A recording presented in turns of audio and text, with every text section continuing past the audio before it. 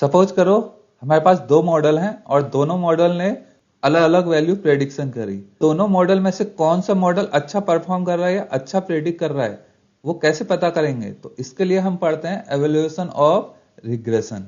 अब रिग्रेशन की इक्वेशन होती है ये। अब मॉडल ने हमारे प्रेडिक्ट किया m की वैल्यू 1.5 को, तो y equal to m x plus c और c की वैल्यू आ गई 1। अब ये ट्रेनिंग डेटा से मॉडल ने फाइंड किया। अब तो इससे हम प्रेडिक्ट करेंगे x की वैल्यू को 1 होने पर अगर कोई स्टूडेंट 1 घंटा पढ़ता है तो उसके मार्क्स कितने आएंगे। तो ये प्रेडिक्ट करने के लिए हमने मॉडल बनाया था। तो x इक्वल टू 1 पर प्रेडिक्ट किया 2 और 3 पर प्रेडिक्ट किया 5 और 2 पर किया 4। तो ये कैलकुलेशन हम इस इक्वेशन की हेल्प से प्रेडिक्ट करेंगे। अब देखेंगे कि जो एरर आया कि एक्चुअल मार्क्स थे और जो मॉडल ने प्रेडिक्ट करे तो इस दोनों में कितना का डिफरेंस आया है, तो ये कहलाता है एरर। तो हमने जो एरर है वो इस डेटा से एक टेबल के फॉर्म में कन्वर्ट कर दिया। तो निगेटिव एरर मतलब कि हमारे मॉडल ने एक्चुअल वैल्यू से ज्यादा प्रेडिक्ट किया और पॉजिटिव वैल्यू मतलब कि हमारे मॉडल ने एक्चुअल वैल्यू से कम प्रेडिक्ट किया। तो मीन एब्सोल्यूट एरर का फॉर्मूला जो होता है, तो एवेलुएट करने के लिए जो पहली मैट्रिसेस होती है वो होती है मीन एब्सोल्यूट एरर। तो इसमें जो एरर होती है हम उसका एब्सोल्यूट वैल्यू कैलकुलेट करते हैं। क्यों? क्योंकि देखो अगर हम डायरेक्ट एवरेज निकाल देंगे एरर को चेक करने के लिए तो ये -0.5 और क्यों देखो अगर सपोज करो कहीं पर ही -0.5 का एरर आया है और किसी डेटा सैंपल में +0.5 का एरर आया है और हम अगर डायरेक्ट एवरेज कैलकुलेट करने चलेंगे तो ये दोनों एक दूसरे को कैंसिल करके 0 आ जाएंगे। तो मतलब मॉडल ने क्या किया है, परफेक्ट प्रेडिक्शन किया है, लेकिन एक्चुअल में ये -0.5 था और ये +0.5 का एरर दे रहा था। तो इस वजह से हम क्या करते हैं, एब्सोल्यूट वैल्यू कैलकुलेट करते हैं या मॉड कैलकुलेट करते हैं ताकि प्लस और जो माइनस की वजह से कैंसिलेशन हो रहा था वो ना हो। तो हमने ये एरर का मॉड कैलकुलेट किया, एब्सोल्यूट वैल्यू कैलकुलेट की, उसके बाद इस वैल्यू से हमने एवरेज कैलकुलेट किया। डिवाइड बाई एन लिखा है 3, मतलब 3 डेटा सैंपल हैं। अगर हमारे पास 4 डेटा सैंपल होते, एक और होता तो यहाँ पर डिवाइड बाई 4 करते।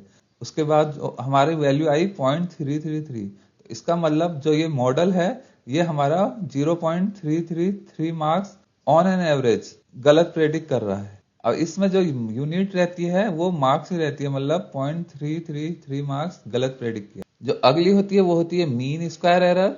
इसमें क्या होता है, देखो अगर किसी में 1 मार्क्स की एरर आई और दूसरे मॉडल में 10 मार्क्स की एरर आई, अगर हम चाहते हैं कि जो लार्ज एरर है ये और ज्यादा पेनलाइज हो या इसकी वजह से जो मैट्रिसेस की वैल्यू है वो और ज्यादा आए, तो इस केस में हम मीन स्क्वायर एरर कैलकुलेट करते हैं। अब इसके लिए एब्सोल्यूट की जगह हम क्या करते हैं, स्क्वायर कर देते हैं एरर का।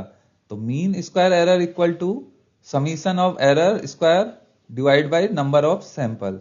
तो यहां पर जो एरर आई थी उसका हम स्क्वायर कैलकुलेट करेंगे और उसके बाद मीन निकाल देंगे स्क्वायर एरर का। तो ये आई हमारे पास 0.167। अब देखो हम इसमें कह सकते हैं कि मीन स्क्वायर एरर जो है वो 0.167 आई है, लेकिन ये नहीं कह सकते कि 0.167 मार्क्स का एरर आया है। क्यों?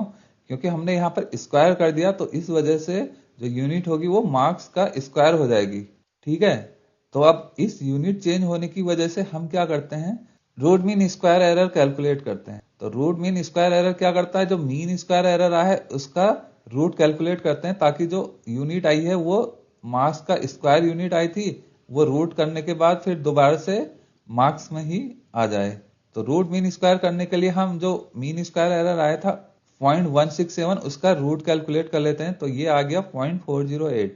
अब हम कह सकते हैं कि ये जो मॉडल आया था वो ऑन एन एवरेज 0.408 मार्क्स गलत प्रेडिक्ट कर रहा है। अब इसमें जो यूनिट होगी वो ओरिजिनल यूनिट में आ जाएगी, तो इसको समझना और आसान है। एक मैट्रिसेस और होती है आर स्क्वायर स्कोर, इसको हम नेक्स्ट लेक्चर में पढ़ेंगे। तो आज हमने सीखा मीन एब्सोल्यूट एरर क्या करता है, एब्सोल्यूट वैल्यू को कैलकुलेट करता है जिससे जो ओरिजिनल यूनिट होती है वो उसी डेटा के यूनिट में ही आती है।